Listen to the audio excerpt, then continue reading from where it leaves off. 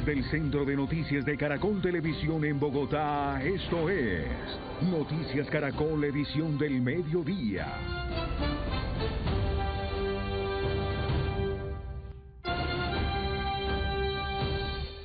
Buenas tardes y bienvenidos a nuestra emisión de Noticias Caracol del Mediodía. El presidente electo Abelardo de la Espriella comenzó hoy el empalme regional en norte de Santander.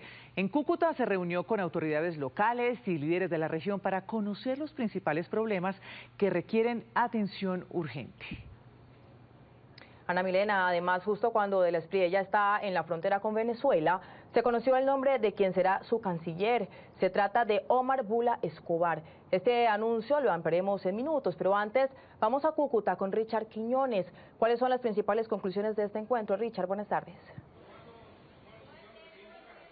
Hola, muy buenas tardes. Estuvieron hablando de muchos temas, de la frontera que se mantendrá abierta. Eso es lo que han priorizado en este diálogo directo. La informalidad y el desempleo son puntos importantes y, por supuesto, el tema de seguridad del Catatumbo. 2 horas y media a puerta cerrada en el Salón Eustorgio Colmenares Batista.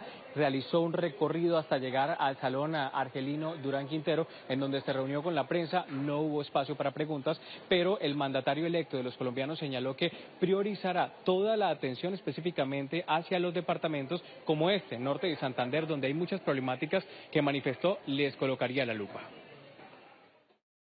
Que vamos a revisar cada uno de esos proyectos que están pendientes en materia de seguridad, en materia de salud, de infraestructura, de turismo, de educación y de acuerdo a la realidad económica que vamos a recibir, que es bastante compleja, le vamos a decir: estos proyectos se pueden, estos no, pero vamos a resolver de una manera u otra, porque más que dinero, lo que necesita un país para transformarse realmente es la voluntad política para hacerlo, y yo tengo la voluntad para hacerlo y para trabajar de manera mancomunada con los gobernadores y los alcaldes de la patria. Le he dicho también a los alcaldes y a los gobernadores que vamos a descentralizar el poder, que les vamos a dar obligaciones, pero también presupuestos para que puedan ejecutar esas obligaciones, y lo van a hacer de manera directa, porque los alcaldes y gobernadores en la era del tigre no necesitan intermediarios, tienen relación directa con la Presidencia de la República, y para eso hemos dispuesto a través del Ministerio del Interior y de la Presidencia de la República un mecanismo que le permita a los alcaldes tener conexión directa con el gobierno nacional, también a los gobernadores.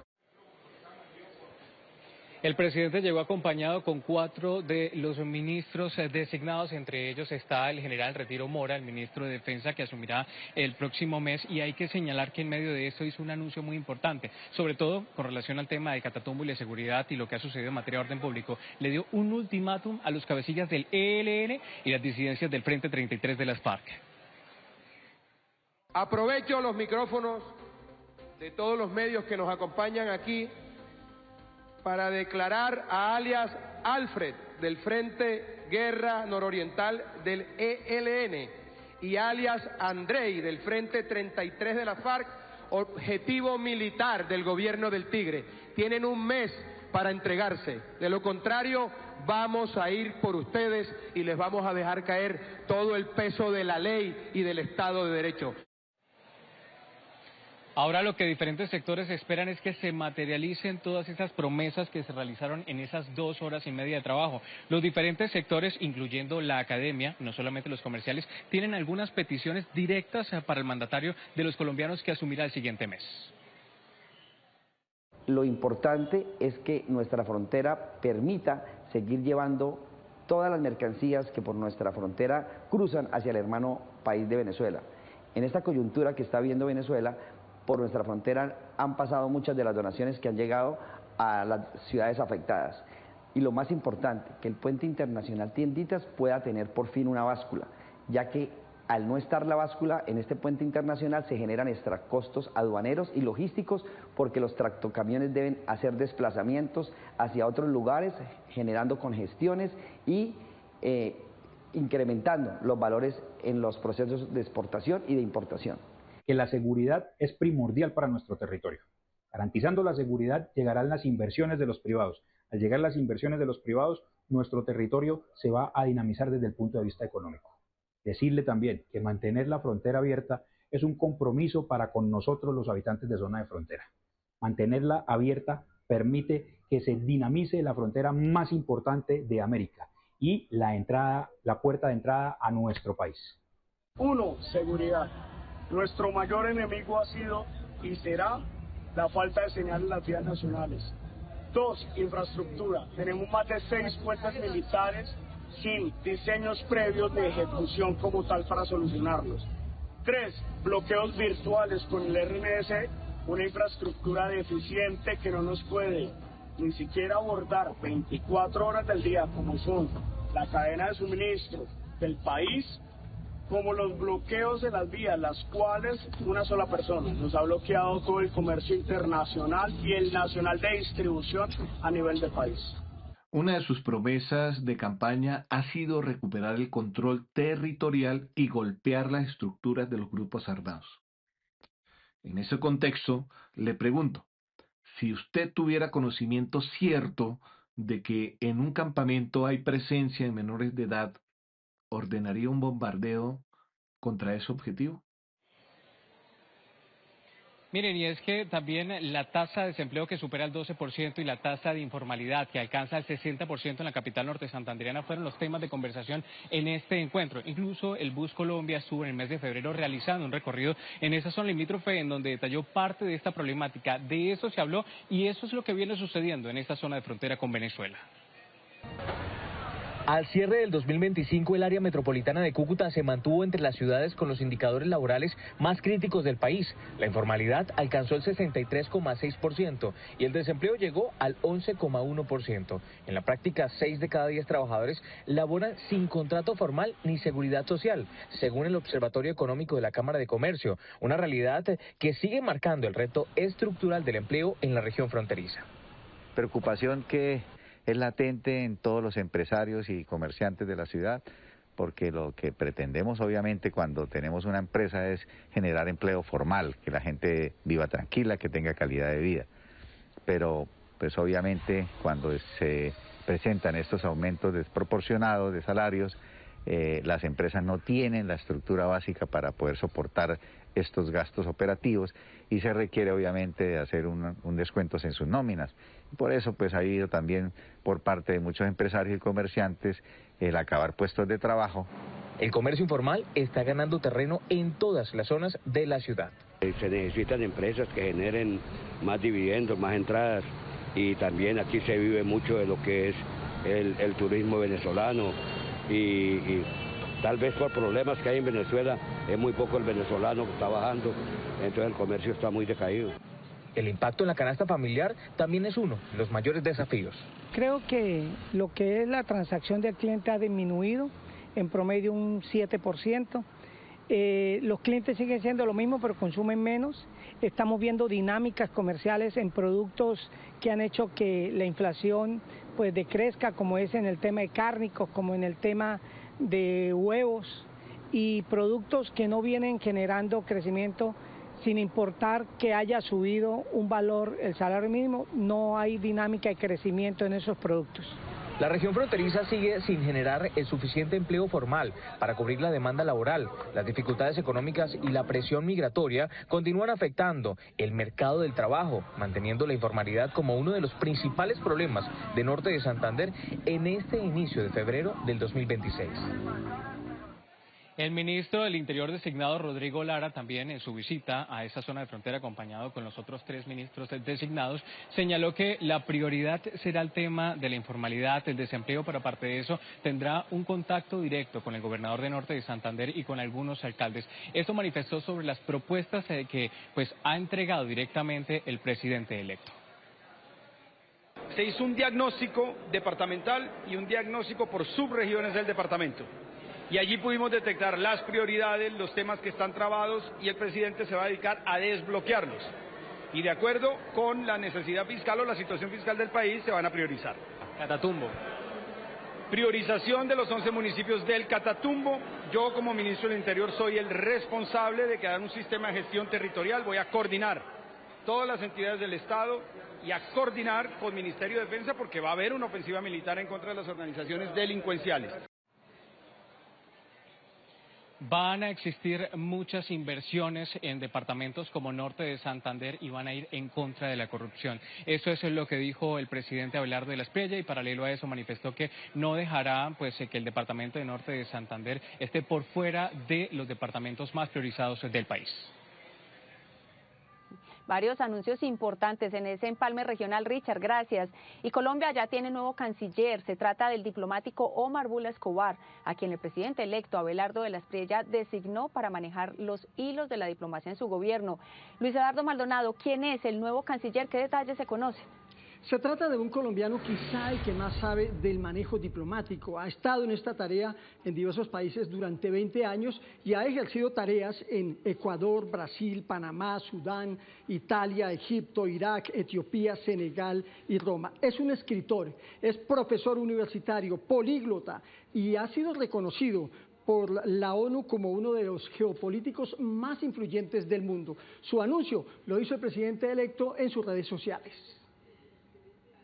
Después de ejercer la diplomacia en medio de 3 guerras, liderar misiones de servicio humanitario para detener hambrunas y crisis en salud, después de nunca haber recibido un peso del Estado colombiano, ni haber estado en la política, de conocer y liderar las grandes decisiones globales, después de tener la mente en el mundo y el corazón en la patria, llega un nuevo horizonte para Colombia, para que vuelva a ser el país y no solo un país. Omar Bula Escobar, ministro de Relaciones Exteriores, en la Patria Milagro, para que Colombia vuelva al marco internacional que merece, por un mundo que necesita que Colombia retorne a las canchas internacionales, con toda su fuerza, dignidad y disciplina, por la reingeniería de la Cancillería. Hoy, más que nunca, firme con la diplomacia y firmes por la patria. Con el nombramiento de Omar Bula como ministro de Relaciones Exteriores ya son 11 los ministros que ha designado el presidente electo. Quedan 7. Faltarían Salud, Agricultura, Cultura, Ciencias y Tecnología, Minas y Trabajo. De estos 7, 6 serán mujeres.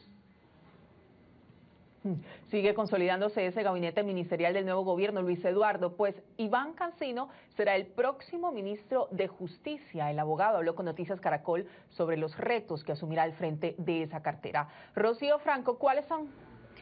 Pues Iván Cancino asegura que habrá una política de justicia transversal a los problemas penitenciarios, corrupción, paz, entre otros. Cancino aseguró que la Jurisdicción Especial para la Paz que procesa a los miembros de las FARC y militares no se acaba de un plumazo, pero sí será reestructurada y no prorrogada. Esto fue lo que dijo.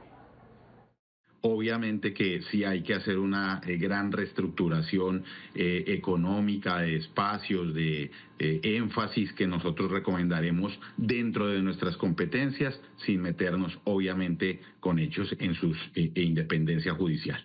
Pero, doctor Cancino, ¿estarían ustedes dispuestos a que se extienda el periodo de la JEP? Porque entiendo que este año pues es el límite que ellos tenían para operar, para funcionar. Así es, la JEP tiene límites, incluso algunos creados por ellos mismos, deben cumplirlos. No cumplirlos obviamente les acarreará a ellos algunas consecuencias que tendrán que asumir. La ley estableció unos términos absolutamente claros y en principio la política de este gobierno no es prorrogar la JEP.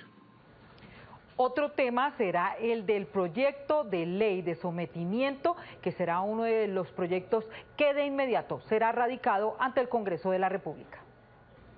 El presidente ha sido muy claro, aquí es sometimiento bajo la Constitución o la ley, y si no, obviamente, la activación dentro del derecho internacional humanitario y convencional, pues de la persecución de los grupos que tienen hace tanto tiempo y otros nuevos o reestructurados al país sometido a tanta delincuencia. Estamos trabajando ya en un marco de sometimiento que será sometido a consideración del Congreso de la República lo más rápido posible para que sea efectivo, y obviamente estamos dispuestos a escucharlos, pero dentro del marco del sometimiento. La política de paz total que diseñó este gobierno, que aún está, no tiene cabida bajo la administración del señor presidente Abelardo de la Espriella.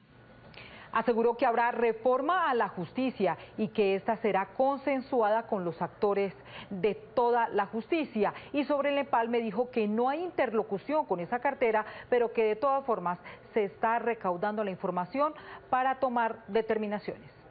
Gracias, Rocío. Pues también hablamos con Elsa Noguera, economista y exgobernadora del Atlántico, porque es quien asumirá la cartera de transporte, una de las que enfrenta mayores retos en el nuevo gobierno. Luisa Fernández, ¿qué dijo la ministra designada? Ana Milena, no solo en el sector transporte, pues se estrena en esta cartera, pero ya había tenido una experiencia como ministra de Vivienda. Ahora bien, lo que dice Elsa Noguera es que es consciente de los retos que tiene el sector transporte, especialmente para financiar proyectos, reactivar esos proyectos con iniciativas público-privadas o iniciativas privadas. Esto con las concesiones. Algunas vías principales, que son un gran reto, son la de Mulaló-Lobo Guerrero, que no ha logrado sacarse adelante, también la troncal de Magdalena. Ella va a asegurar que la reactivación de esos contratos con concesiones son una prioridad, pero que también las hará cumplir. Esto dijo. El Estado va a honrar sus compromisos, va a honrar las vigencias futuras, pero le va a exigir al concesionario, a los contratistas, que cumplan con su parte, que ejecuten de acuerdo a la programación y que ya en la etapa de servicio cumplan con la calidad de los mantenimientos. Para estas obras específicas que hoy me estás preguntando, quiero decirles que tendrán toda nuestra prioridad. ¿Por qué? Porque conectan los centros de producción con los principales puertos, tanto en la zona pacífica como en el Caribe. Son corredores de exportación, de comercio internacional, que requieren toda nuestra atención, y el compromiso es acelerar, que el motor de la infraestructura se vuelva un gran dinamizador de inversión, de crecimiento económico y generador de empleo. Y no solo proyectos de gran envergadura, también un compromiso histórico que se ha tenido con la zona rural son vías terciarias, caminos comunales, caminos terciarios. Esto ha tenido distintos nombres, pues asegura la ministra designada que si bien el sector transporte ha tenido dinero, pues lleva 2 años sin vías al menos con un 0 pesos de presupuesto para esas vías terciarias. Asegura que serán una prioridad también. Lo que nos preocupa y lo que hemos visto en este proceso de empalme es que hay un COMPES de vías para la paz o vías vecinales, donde se asignan 16 billones de pesos, de los cuales 14 ya están adjudicados. Pero cuando uno va a ejecución, solamente vemos un 3% de ejecución. Son vías que hoy requieren nuestros campesinos y sobre todo la población rural para poderlos integrar al resto del país. Ya entraremos a revisar qué es lo que está pasando, porque no ha sido falta de recursos. Claramente contrataron 14 billones.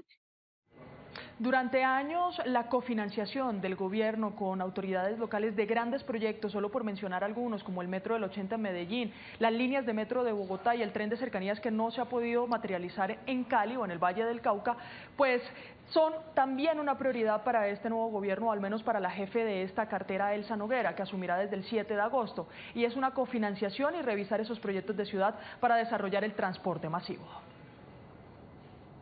Luisa, gracias. Y en este nuevo gabinete también está la abogada constitucionalista Vivian Morales, quien fue la primera mujer fiscal general de la Nación en el periodo 2011-2012 y quien llegará a la cartera de Educación. Nicole Buitrago, ¿cuáles serán las prioridades de la nueva ministra? Buenas tardes. Estefanía, buenas tardes. La principal prioridad de la nueva ministra de Educación designada Vivian Morales tiene que ver con la calidad educativa. Ha dicho la exfiscal general de la Nación que por años se ha fijado y se ha puesto la lupa en la cobertura y que en este momento el país ya ha dado un paso muy grande con más del 59% de cobertura a nivel nacional, y ahora es el momento de darle prioridad a la capacitación y fortalecimiento de los conocimientos básicos desde los docentes, conocimientos como la lectura, la escritura y las matemáticas, pero también le pondrá la lupa a la educación técnica y tecnológica. Dice ella que los jóvenes merecen periodos de estudio muchos más cortos, pero que sean realmente eficaces para conseguir un trabajo. Ahora se tiene que hablar del tema de calidad. Nuestros jóvenes están rajando seguidamente en las pruebas Saber, en las pruebas PISA, en cosas como los saberes fundamentales, los aprendizajes fundamentales en lectura, en escritura, en matemáticas. Y si no tenemos calidad en la educación, pues esto va generando rezagos y posibilidades de deserción en la educación. Entonces hay que hacer un énfasis en la educación, en calidad. Esto se logra con mayor formación en los docentes. Hay que hacer énfasis en la educación técnica y tecnológica. Hoy hay que buscar que los muchachos que salen de la educación media vayan a un tránsito de una educación que les permita en ciclos cortos, rápidos, insertarse en el mundo laboral. Pero también habló sobre cómo será su relación con las universidades públicas. Ha dicho que va a entablar un diálogo muy sensato con los rectores, principalmente para poner sobre la mesa el tema de la financiación debido a esta crisis estructural que viven varias de estas instituciones educativas, y también ha dejado claro que el tema de la protesta tendrá un límite.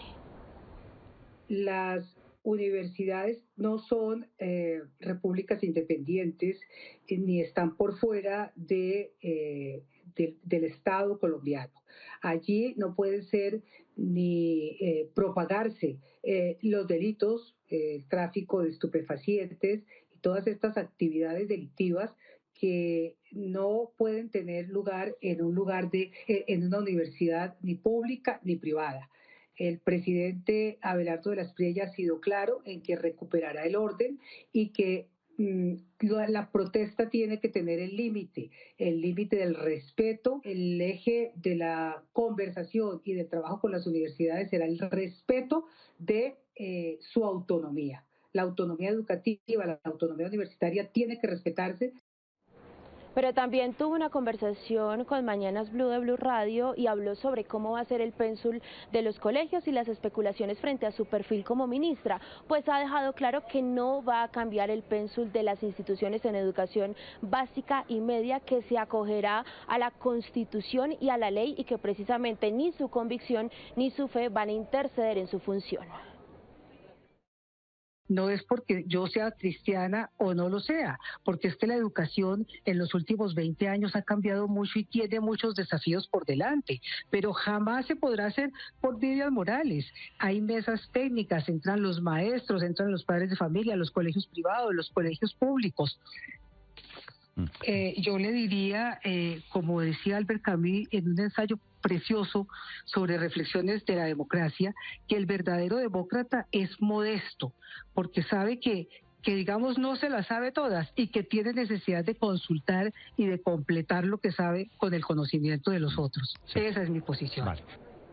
Y sobre el proceso de empalme con el actual gobierno, ha dejado también claro que desde el principio tuvo la sensación de que no existía voluntad para entablar un diálogo directo. Sin embargo, dice que no pierde la esperanza para que sea recibida la información puntual sobre la gestión del gobierno actual. Gracias, Nicole. Pues con este último nombramiento, el presidente electo Abelardo de la Espriella ya designó, como lo decía Luis Eduardo Maldonado hace un instante, a 11 ministros y faltan 7 por nombrar. Veamos entonces quiénes son los designados. Al Ministerio del Interior llega Rodrigo Lara, ex senador y ex candidato presidencial. Es hijo del asesinado ex ministro de Justicia Rodrigo Lara Bonilla y ha sido representante de la Cámara y senador de la República. Veamos entonces ahora, para la cartera de Hacienda llega Miguel Gómez, abogado y economista. Fue representante a la Cámara, vicecontralor general, director de Fasecolda, de Azocolflores, decano de Economía de la Universidad del Rosario y vicerrector del Externado, entre otros. Ahora, al Ministerio de Ambiente llega Fabio Arjona, biólogo con más de 3 décadas de experiencia en conservación ambiental.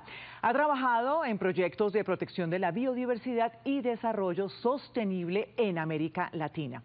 El general en retiro Jorge Eduardo Mora es el ministro designado de Defensa. Fue comandante de la 8ª División del Ejército, ex jefe de inteligencia, ex comandante de las Fuerzas Especiales y ex comandante de la Brigada de la Lucha contra el Crimen Transnacional y de la Brigada contra el Narcotráfico. El ministro es hermano del fallecido general Jorge Enrique Mora Rangel, quien fue comandante de las fuerzas militares, comandante del ejército y quien hizo parte del equipo negociador con las FARC. Al Ministerio de Transporte llega, como lo decíamos hace un instante, Elsa Noguera, economista, exalcaldesa de Barranquilla, exministra de Vivienda durante el gobierno del presidente Juan Manuel Santos y exgobernadora del Atlántico. Ahora, quien liderará la cartera de comercio será el abogado barranquillero Mauricio Gómez Amín. Fue congresista por 12 años por el Partido Liberal y de ahí pasó a ser el jefe de debate de la campaña presidencial de Abelardo de la Espriella. Vivian Morales, les comentábamos hace un momento, va a estar al frente del Ministerio de Educación, es abogado constitucionalista, exfiscal general de la Nación, impulsó investigaciones relacionadas con parapolítica, el carrusel de la contratación, entre otras. Ahora, el exalcalde de Bucaramanga, Jaime Andrés Beltrán, fue designado como ministro de Vivienda. Fue concejal de esa ciudad y gerente nacional de regiones de la campaña de la Espriella. Ahora vemos allí a Juliana Gutiérrez, hermana del alcalde de Medellín, Federico Gutiérrez, quien llega al Ministerio del Deporte. Tiene experiencia como administradora de empresas, una maestría en administración de riesgos y fue candidata al Senado para este periodo. Está allí el abogado penalista Iván Cancino, asumirá el Ministerio de Justicia, especialista en ciencias penales, además fiscal ante el Tribunal Superior de Bogotá.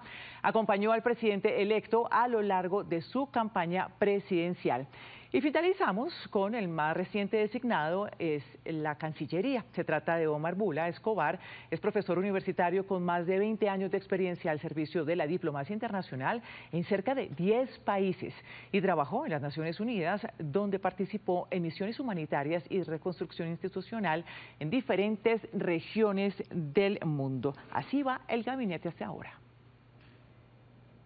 Pues la conformación de este nuevo gobierno ha estado además marcada por una crisis en el empalme entre el equipo del presidente Gustavo Petro y el de Abelardo de la Espriella. Los gobernadores de varios departamentos se han pronunciado, piden respeto por la decisión que en democracia tomaron los colombianos en las urnas.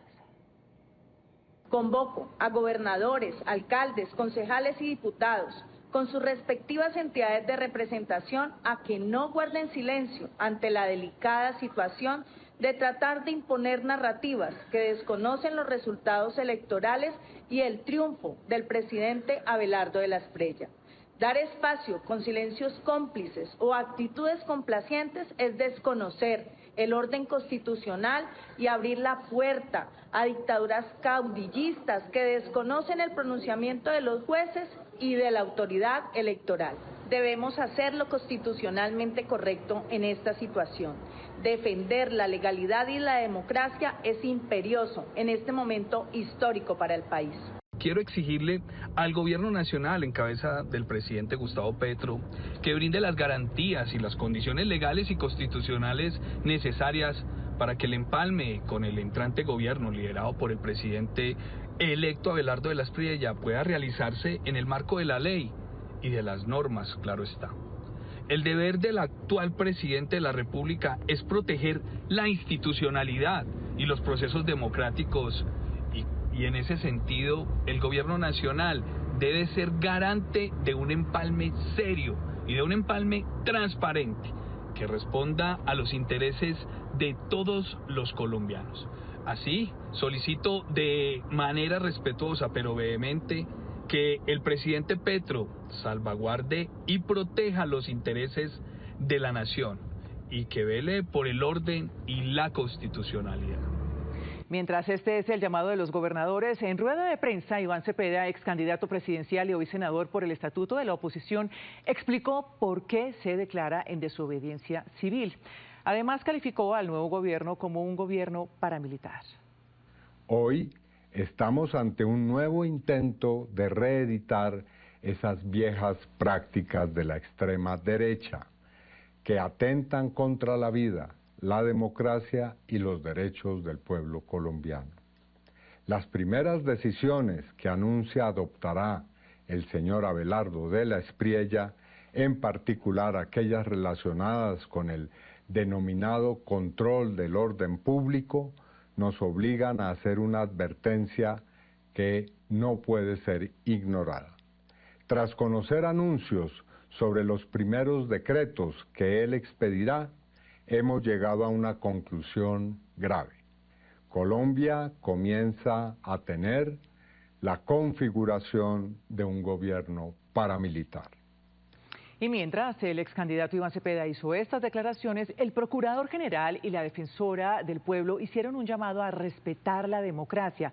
Juan David Ríos, ¿qué dijeron los funcionarios? Ana Milena, un llamado a respetar la democracia y también la institucionalidad y las elecciones que dieron como ganadora a Abelardo de la Espriella. Iniciemos con el Procurador General Gregorio El Hash, que exhorta tanto al gobierno entrante como al gobierno saliente a que puedan tener esa transición de gobierno, ese empalme que es necesario por ley para poder tener una buena administración en los próximos 4 años. Esto fue lo que dijo el Procurador.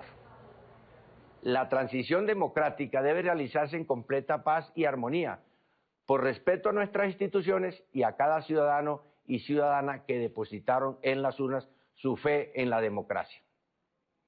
El nuevo presidente de la República asumirá sus funciones el próximo 7 de agosto, como lo ordenan la ley y la Constitución. La oposición, como es propio de las democracias, cumplirá su papel y hay normas que regulan bien su funcionamiento. Un papel de la oposición que está también en la Constitución. También la defensora del pueblo, Iris Marín, habló. Ella sí pidió al gobierno nacional que reconozca a Abelardo de la Espriella como el próximo presidente y también le pide al gobierno entrante que se siente para generar ese empalme necesario para un país.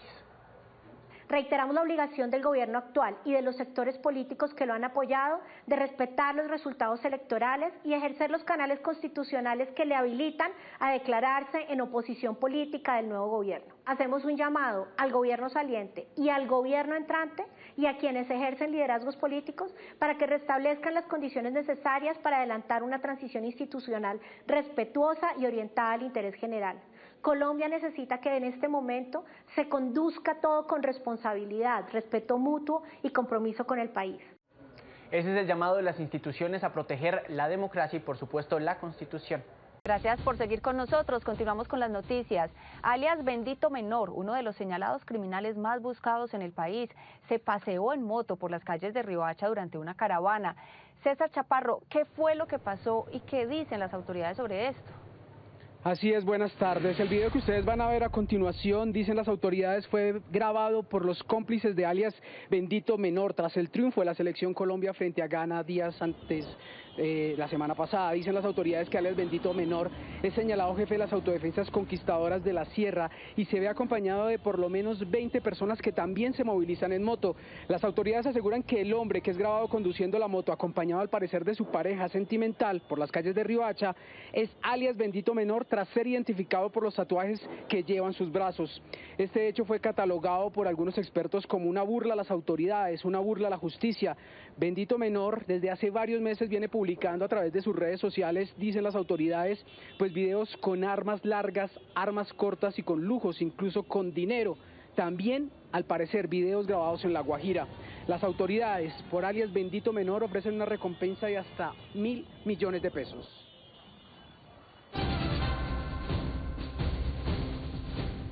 Colombia sigue luchando contra una inflación cada vez más alta. En junio, el costo de vida anual superó el 6%, lo que no solo afecta al bolsillo de los hogares, sino también la recuperación y el crecimiento de la economía.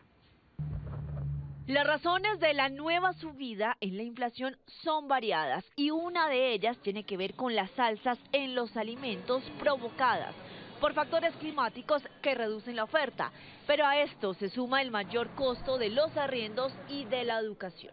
En particular, hay un elemento que es el aumento del salario mínimo que tiene un peso muy grande en ese arraigo que tenemos a esa inflación pasada.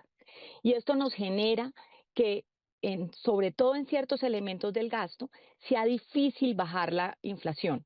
Según el DANE, hoy la canasta familiar está en 6,14% más costosa que hace un año, un nivel en el que no estaba desde 2024. Una inflación alta reduce el poder adquisitivo de la gente, pues con el mismo salario se compran menos productos y servicios. El incremento del salario mínimo nos afecta en todos los bienes y servicios que los colombianos consumimos en promedio día a día. Nos afecta en la medida que el costo laboral de las empresas aumentó sustancialmente y entonces en esa medida muchas empresas deben ajustar los precios al alza. El aumento de los precios no solo golpea el bolsillo de los hogares, sino que también complica la economía en general. Por ejemplo, el Banco de la República tiene menos posibilidad de bajar las tasas de interés o incluso podría verse obligado a mantener las tasas para controlar la inflación.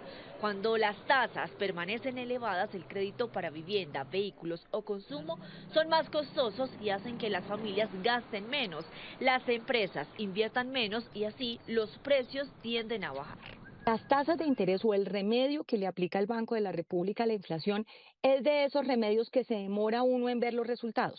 Mientras la mayoría de las economías extranjeras ya lograron controlar el aumento de los precios, en Colombia no pasa.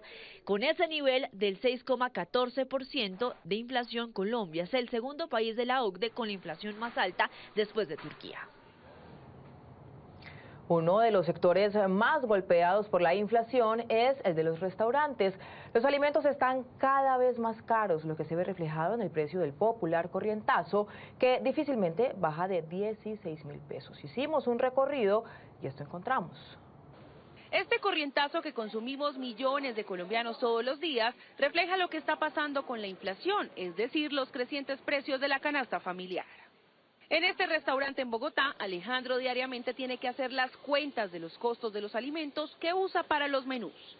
Más que todo lo que ha tenido como alzas de pronto en los productos del Fruver, más que todo, es como en la cuestión de la papa, el tomate, el limón. La inflación acumulada en los últimos 12 meses hasta junio se ubicó en 6,14% y principalmente se debe a los rubros de restaurantes y hoteles, cuyos precios subieron 9,59%, salud con alzas del 8,39%, educación 7,57%, bebidas alcohólicas y tabaco 7,02% y alimentos y bebidas no alcohólicas 6,8%. Así las cosas, los restaurantes han visto alzas preocupantes en alimentos como la carne de res, con una variación anual del 14,27%. En esta curva se muestra ese comportamiento. Pues acá como nosotros manejamos prácticamente toda clase de carne, que la cadera, que el hígado, todo ese tipo de carnes, sí han tenido un poco de incremento. Otro de los alimentos que no puede faltar en el corrientazo es la papa o el plátano. La papa ha tenido una inflación anual de 32,30%. El bulto de papa nosotros lo estamos pagando a 125 y había estado a más o menos 105, 110, pero de eso depende de las clases de papa. Mientras que el plátano ha tenido una inflación del 13,87%, ingredientes como la cebolla ha tenido una inflación del 15,75%. Las frutas frescas que se usan para el jugo o la entrada del almuerzo han tenido una variación anual del 23,27%. Al precio de los alimentos se le suma el costo que deben asumir restaurantes por rubros como arriendo, servicios públicos y el pago a trabajadores, lo que aprieta aún más la situación, que termina afectando a los comensales que llegan cada día. Y otro de los rubros que más impulsó el aumento en el costo de vida fue la salud. En los últimos 12 meses los gastos en este sector subieron 8,39%, en buena medida porque muchos colombianos han tenido que pagar servicios médicos que no les está cubriendo el sistema de salud. Basta con preguntarle a la gente si ha gastado más en temas médicos para encontrar un sinsabor en sus respuestas. Pero por supuesto, yo soy paciente oncológico y no obtuve el año pasado ni una pastilla de quimioterapia. Me tocó todo el tiempo comprarla en la Liga contra el Cáncer. Tocaba comprar el medicamento que le envían a uno y pues sí es costosito porque el transporte todo cuesta. Estudios publicados por observatorios y asociaciones del sector salud, como Así Vamos en Salud y AFIDRO, han revelado con cifras que esta no es una simple percepción ciudadana. El gasto de bolsillo en salud ha crecido un 57% en los últimos 4 años, lo que representa que el 16,8% de los ingresos de un hogar se está yendo a cubrir estos gastos. Por familia, en promedio, se destinan cada mes entre 163.000 pesos y 268.000 pesos para temas de salud.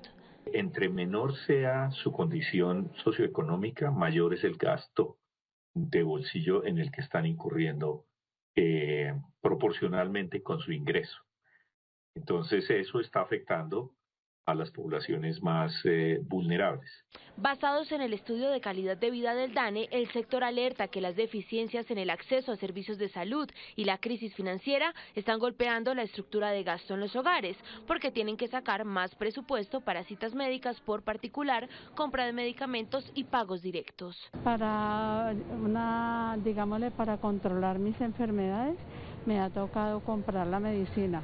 ¿Cuánto le cuesta? A mi esposo le cuesta 200.000 y a mí usualmente son 100 algo. Tomografía, 400.000, en medicamentos también para el dolor y esperar ahora la valoración. Algunas familias colombianas que tienen mayores ingresos han tenido que suplir las dificultades de acceso con coberturas privadas de servicios. En 2024 y 2025 hubo un incremento del 21% en las primas de seguros voluntarios de salud.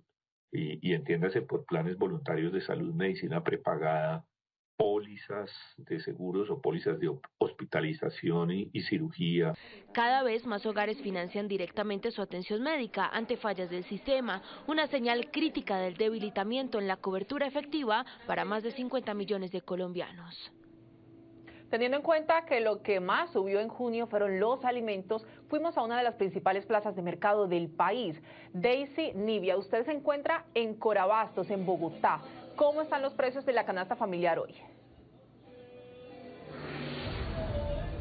Qué gusto saludarlos. Pues mire, la variación del IPC para el sector de bebidas y alimentos fue del 6,55%. Precisamente ese es el valor, ese es el porcentaje que ha afectado los precios de la canasta familiar. Dicen los expertos, por ejemplo, que la arracacha es uno de esos productos que más ha subido. El bulto pasó de 150.000 pesos a 300.000 pesos. También el frijol verde pasó de 250.000 a 320.000 pesos. Hablamos con Pedro Triviño, él es el coordinador de precios de Curabasto, y también con los ciudadanos que dicen que han tenido que ajustar el bolsillo. Ha subido la papa criolla por disminución en la cosecha, la arracacha, la papa común también tuvo tendencia al alza hasta esta semana. Otro producto que ha subido ha sido el frijol verde, la arveja verde.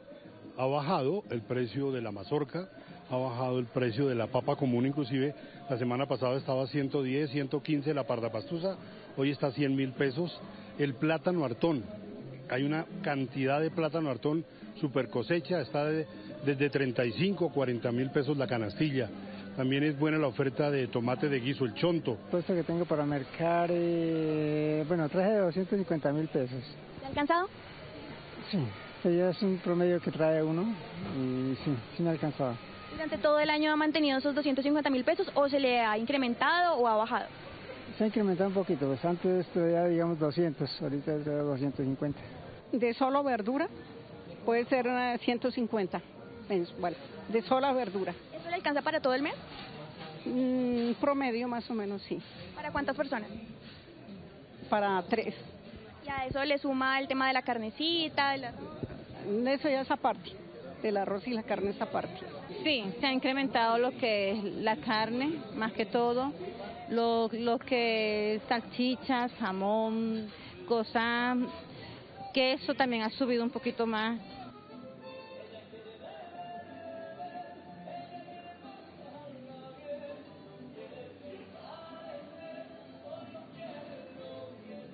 Escuchábamos allí a los ciudadanos que contaban cómo han tenido que ajustar el bolsillo, y es que también es necesario decir que la variación mensual entre mayo y junio fue del 0,67% para el sector de los alimentos. Productos también que tenemos que decir que van a la baja son el plátano, que pasó la canastilla de 80.000 a 40.000 pesos. También la mazorca pasó de 80.000 a 70.000 pesos. También se recomienda comprar frutas y otros productos, por ejemplo, que siguen al alza son las carnes y la arveja verde, que pasó de 280.000 a 350.000 pesos. Lo que dicen los ciudadanos es que con la temporada seca que se viene se recomienda comprar frutas y otros productos. Hay que estar atentos. Daisy, entonces usted hizo el sondeo en Bogotá, pero Neiva es la ciudad con la inflación más alta en el mes de junio. Los arriendos y los alimentos de la canasta familiar dispararon el costo de vida, esto según datos del DANE. Belsi Trujillo, ¿qué es lo que más subió? Hola, muy buenas tardes. Pues según el DANE, para el mes de junio, la capital del departamento del Huila, la ciudad de Neiva, registró una inflación de 0,69%, muy por encima del promedio nacional, que se ubica en 0,39%, incluso por encima de la reportada para el mes de junio del año 2025, que fue 0,43%, y de mayo de esta presente vigencia del 0,41%. Ahora, respondiendo a su pregunta, donde se registró mayor incremento fue en el sector de restaurantes y hoteles con el 0,59%, el sector de la salud 8,39%, educación 7,57%, bebidas alcohólicas y tabaco tuvo un incremento de 7,02%, alimentos y bebidas no alcohólicas de 0,83%. Esa es la primera, Belsi, pero según el DANE, Popayán es la segunda ciudad del país con el índice más alto de inflación en el mes de junio. Fernando Rojas, ¿qué productos están sintiendo esta carestía? Hola Stephanie, muy buenas tardes. Mire, según la variación del índice de precios al consumidor generado por el DANE, la ciudad de Popayán, como usted lo dice, es la segunda ciudad del país con más alto índice de inflación en Colombia, con un 0,66%. Entre los productos, bienes y servicios que han generado esta alza se encuentran los alimentos y las bebidas no alcohólicas con 1,39%, seguido precisamente de las bebidas alcohólicas y el tabaco con 0,83%. En tercer lugar, tenemos la salud con el 0,72%, seguido de los muebles y productos para el hogar con el 0,69% y el alojamiento y los servicios con el 0,66%. Popayán ocupa este segundo lugar después de la ciudad de Neiva, que tiene el 0,69% y está por encima de la ciudad de Cali, que tiene un 0,58% en el índice de precios al consumidor en el mes de junio en Colombia. Panorama en Popayán. Fernando, gracias. Y si revisamos el comportamiento de la inflación en el último año, Bucaramanga es la ciudad que refleja el mayor aumento en los precios de varios productos y servicios. Natalia Ayala, ¿qué fue lo que más subió y qué dice la gente allá en Bucaramanga? Tatiana, buenas tardes. Mire, según el reporte que ha entregado el DANE, lo que más subió acá en la ciudad son los alimentos preparados, es decir, el tradicional corrientazo que pasó de valer 12.000 a 14.000 o 16.000 pesos, seguido por los arriendos, pero también los productos básicos de la canasta familiar como la papa, el tomate de árbol, las naranjas y la carne de res, que también ha venido teniendo un aumento significativo durante los últimos meses. En las calles se siente este golpe al bolsillo. Varias personas consultadas por Noticias Caracol señalaron que cada día es más caro vivir en Bucaramanga, una ciudad en donde no solo los alimentos han venido incrementando su precio, sino también los arriendos y los servicios públicos.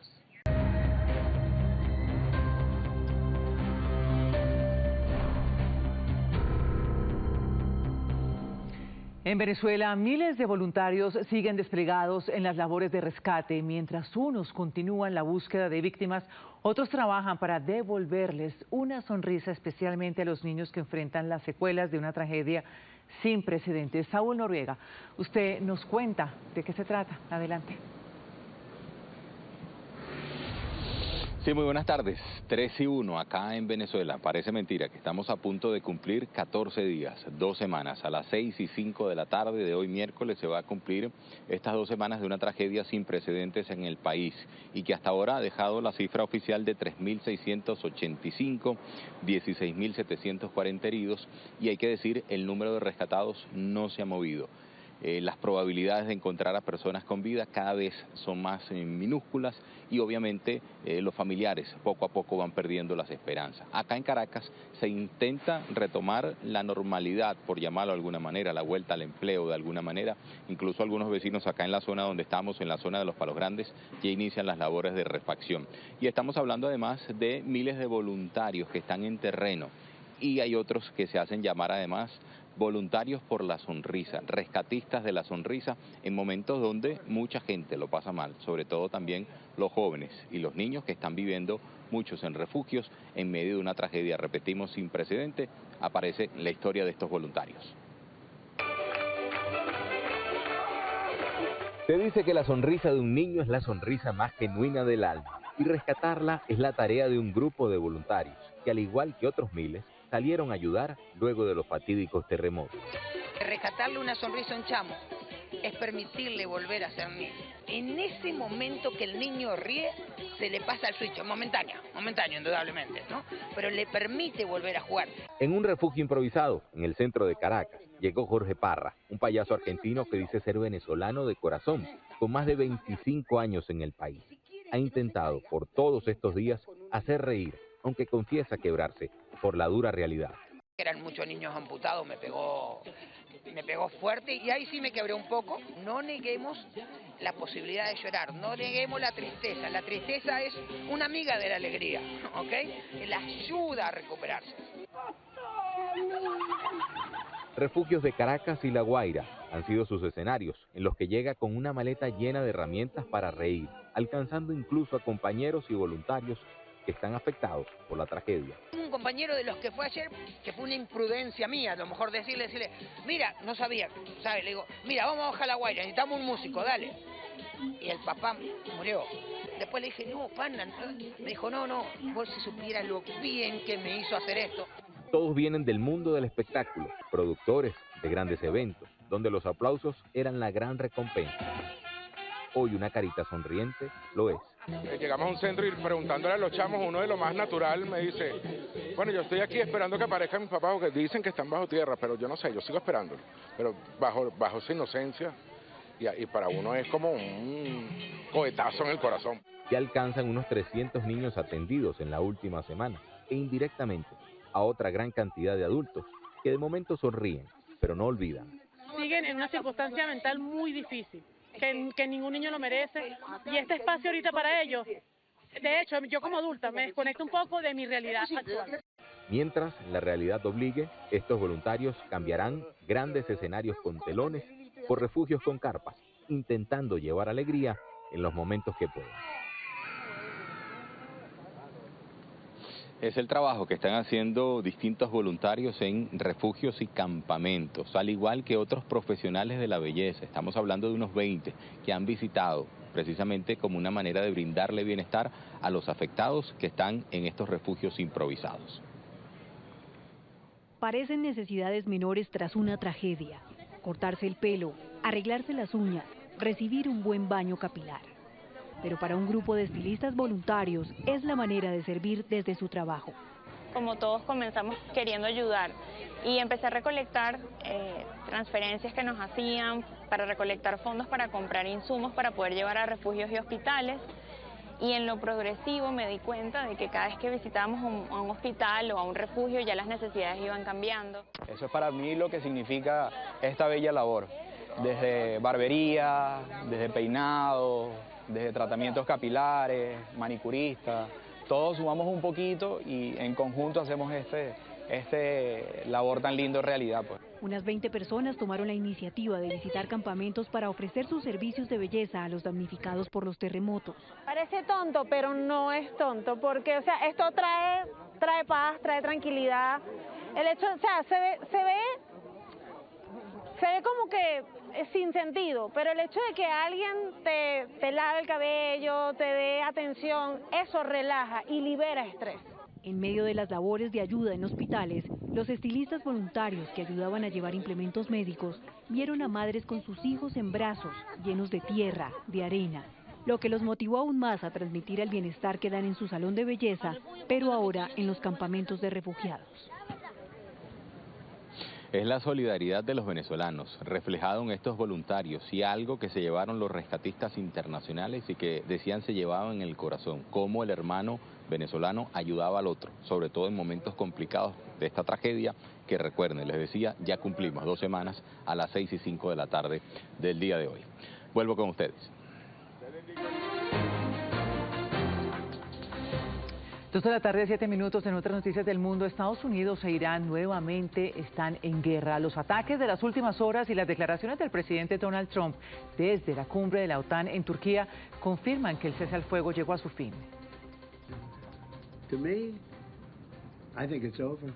Para mí, creo que se acabó. Así de simple se refiere el presidente Trump al memorando de entendimiento y el cese al fuego, hasta hoy, con la República Islámica de Irán. Ya no quiero lidiar con ellos. ¿Sabes lo que es la escoria? Son escoria. Son gente enferma, están dirigidos por gente enferma y son personas crueles y violentas. Y en el campo de batalla el fin del cese es evidente. Estos son los ataques que Estados Unidos lanzó en contra de más de 80 blancos iraníes, lanchas, sistemas de radares y de misiles. Irán también lanzó ataques contra bases militares en Bahrein y Kuwait. Hoy una agencia de noticias iraní publicó estas imágenes inéditas de cómo quedó la oficina del líder supremo iraní Ali Khamenei tras los ataques del 28 de febrero en los que fue asesinado. Destrucción total, consecuencia de un bombardeo preciso entre Israel y Estados Unidos. Precisamente avanzan las honras fúnebres del ayatolá Khamenei con presencia masiva de seguidores y del liderazgo iraní. El presidente Trump sugirió que si quisiera, podrían acabar con ellos durante esos actos. El mandatario sostuvo reuniones en el marco de la cumbre de la OTAN con el secretario general Mark Rutte, con el presidente de Siria y con el presidente de Ucrania, Volodymyr Zelensky. Pero lo que llamó la atención durante su presencia en la cumbre fue la arremetida contra España. España es un aliado terrible en la OTAN. Ellos no pagan, no queremos nada con España. Vamos a cortar todo el comercio con España, incluidas las visitas diplomáticas. En general, el presidente Trump lanzó críticas contra todos sus aliados de la OTAN, exigiéndoles contribuir más. ¿Y por qué, a pesar de los anuncios de treguas y acuerdos, sigue el conflicto entre Irán y Estados Unidos? Pues nuestra analista internacional, María Teresa, ya nos cuenta. Buenas tardes. Luego de que el 28 de febrero el presidente Trump iniciara una guerra que él llamó corta y preventiva en Irán, preventiva para evitar que ese país desarrollara armas nucleares y disminuir su capacidad militar, y corta, vemos que esto no ha sido así. Por el contrario, hoy Irán mantiene su capacidad militar y la guerra cumple ya 130 días. Esto a pesar de que el 7 de abril el presidente Trump habló por primera vez de paz, y les cuento, desde entonces ha mencionado la palabra paz y fin de la guerra 38 veces. Ha dicho, la guerra está por terminar, Irán quiere la paz. Esto incluye la firma el 17 de junio pasado de un memorando de entendimiento entre el presidente Trump y el presidente de Irán. Ahora, un memorando de entendimiento, les cuento, es un documento que en lo jurídico no es vinculante, es decir, no obliga a las partes a cumplirlo. Y esto es precisamente lo que pasó el día de ayer, cuando vimos que Irán atacó no solamente barcos que trataban de cruzar el estrecho de Hormuz, sino que Estados Unidos devolvió los ataques atacando instalaciones militares de Irán en diferentes lugares. Y es que les cuento, en el corazón de esta guerra, más que las armas nucleares y la capacidad militar de Irán, está el estrecho de Hormuz, un estrecho por el que circula el 20% del petróleo mundial. Y más importante que eso, cerca del 80% de la producción de Arabia Saudita, el país más importante en la producción petrolera. Esto ha afectado y ha tenido un enorme impacto en dos cosas. El precio del petróleo, que ha escalado durante estos 4 meses, volvió a bajar cuando la firma del memorando, pero ya está subiendo de nuevo. Y una inflación que, según el Fondo Monetario Internacional, va a aumentar a nivel global.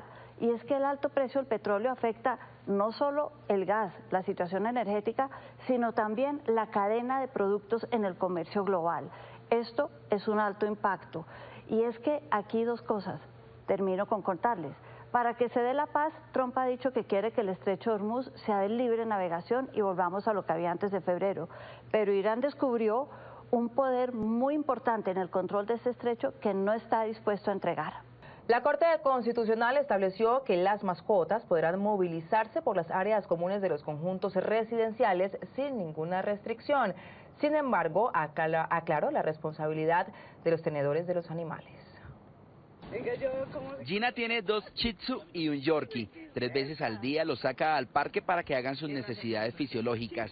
Vive en un conjunto residencial en el occidente de Bogotá y debe seguir las reglas de la propiedad horizontal. Las reglas son frente al acceso y salida del conjunto, pues, pero son sencillas. Salir por la parte de abajo de la entrada del parqueadero es lo único. Y en el caso de cuando hay que ellos hacen materia fecal o orina adentro del conjunto, pues recogerla o secar la zona donde ellos se han orinado, pero de resto no hay limitaciones.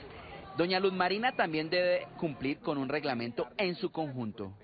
Dentro del conjunto, pues respetar los jardines, no entrar a los jardines, hacer que haga las necesidades ahí ni nada, aunque a veces le toca a uno, sin embargo pues uno lo lleva a las partecitas más alejaditas. Siempre sacarlo cogido porque de pronto se agarra con otro menor. Y esto dice la administradora de un conjunto residencial donde hay mascotas en el 50% de los inmuebles.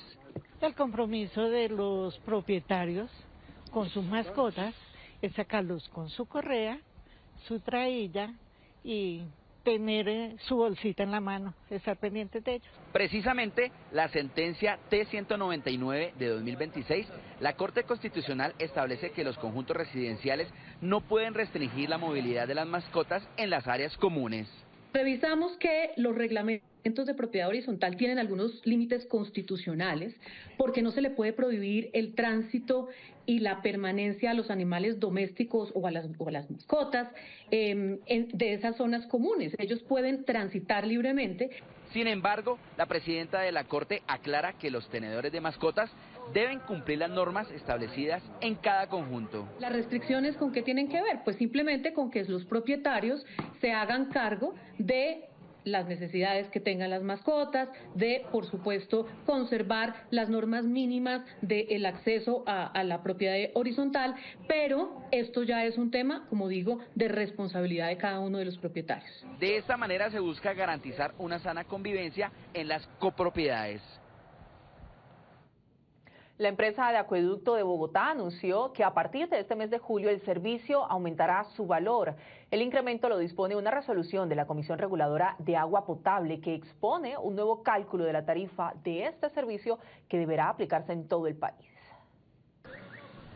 Bogotá es una de las primeras ciudades en anunciar la modificación tarifaria para el cobro del acueducto y alcantarillado a los ciudadanos, un cambio exigido mediante una resolución de la Comisión Reguladora de Agua Potable, lo que se tradujo en un alza de tarifas, como lo dio a conocer la empresa de acueducto de la capital del país.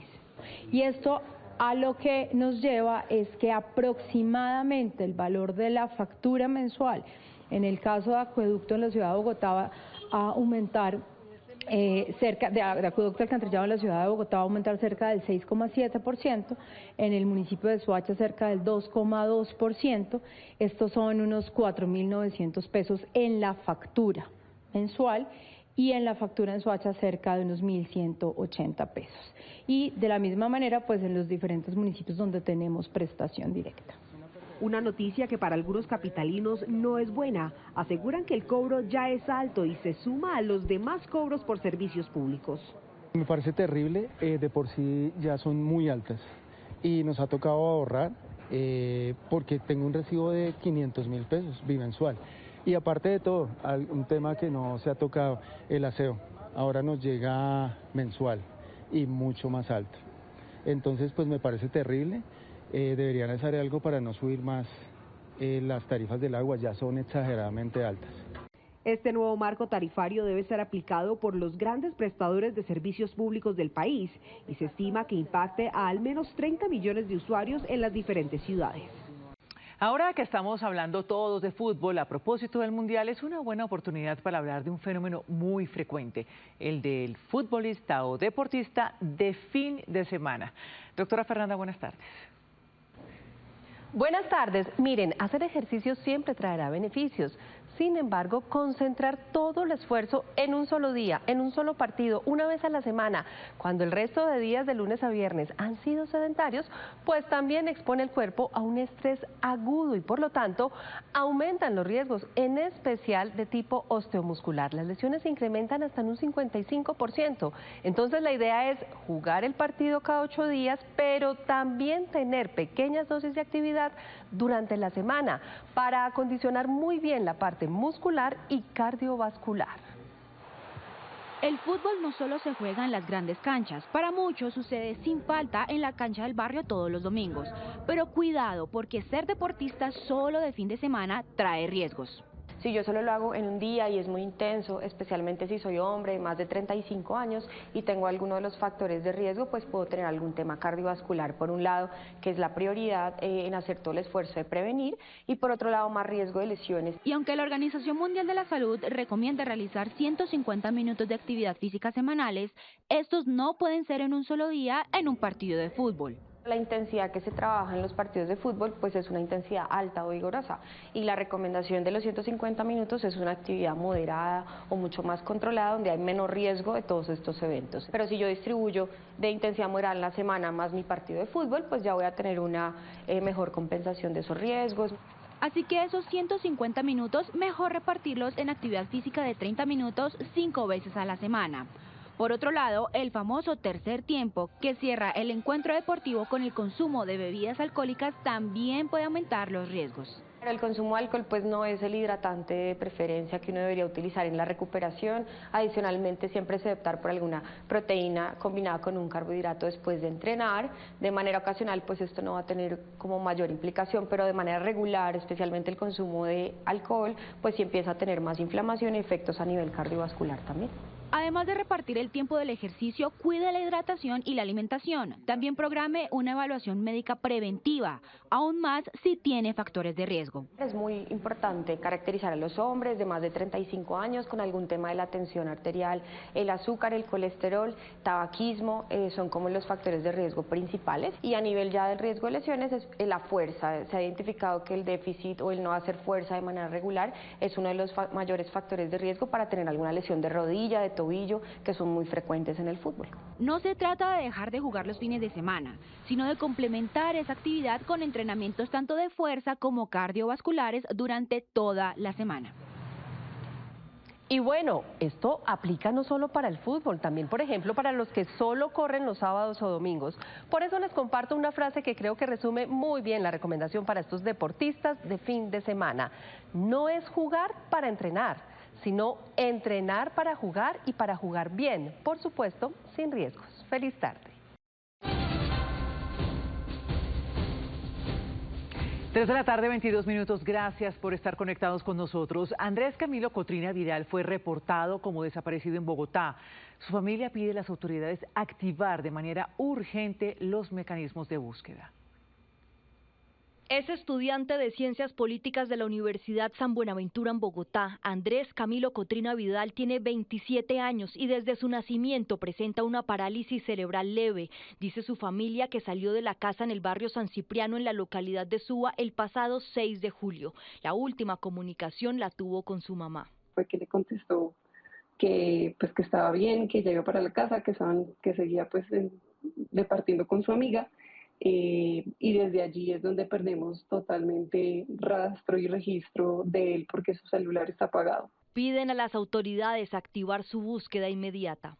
Sufre de una discapacidad, pues digamos que tuvo un leve retraso en su habla, que la incertidumbre, la inseguridad de la ciudad, el no saber si está bien, el no saber con quién está, el haberle perdido el rastro es totalmente angustiante. Si le hacemos un llamado a las autoridades, a sus amigos, a personas que hayan departido los últimos días con él, ciudadanos que de pronto lo hayan visto. Es un mito que una persona deba esperar 72 horas para reportar una desaparición. Actualmente en Colombia, después de agotar todas las posibilidades de ubicación, usted puede acercarse a una patrulla, un CAI o estación de policía para reportar una persona desaparecida, o puede llamar al 123 de la policía o al 122 de la Fiscalía para activar el mecanismo de búsqueda urgente y la alerta rosa. Hasta la próxima semana estará disponible en el museo la exposición Conejo Blanco del artista bogotano Gabriel Silva. En esta muestra, la literatura de ciencia ficción parece cobrar vida a través de la pintura en un viaje pictórico cargado de mitología y color.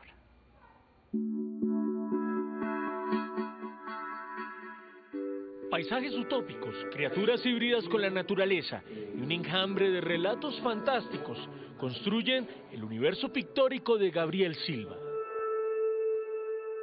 Conejo Blanco es el nombre de esta exposición, una que crea puentes con la literatura y que nutre constantemente su arte. Conejo Blanco es el que desata la historia de Alicia. Ella comienza a seguir ese conejito y ese conejito en la cultura popular se ha vuelto como un ícono de la intuición, seguir la intuición, de la curiosidad y un poco de la aventura, entre comillas.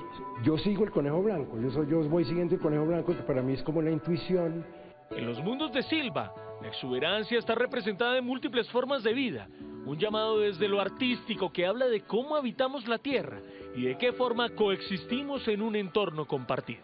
Que todo tiene vida, las piedras tienen vida, el río tiene vida, ¿no? Que hasta ahora nos estamos dando cuenta de eso, porque hemos sido los seres humanos muy prepotentes. Entonces, por ejemplo, el Moán, ahí hay como un Moán, ahí hay como ese tipo de personajes que son como los elementales de la naturaleza.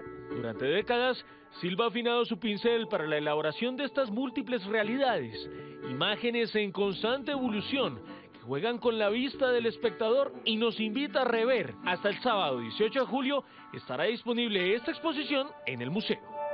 Así es, pues nosotros terminamos por ahora esta emisión, pero nos vemos a las 7 de la noche con una nueva edición informativa.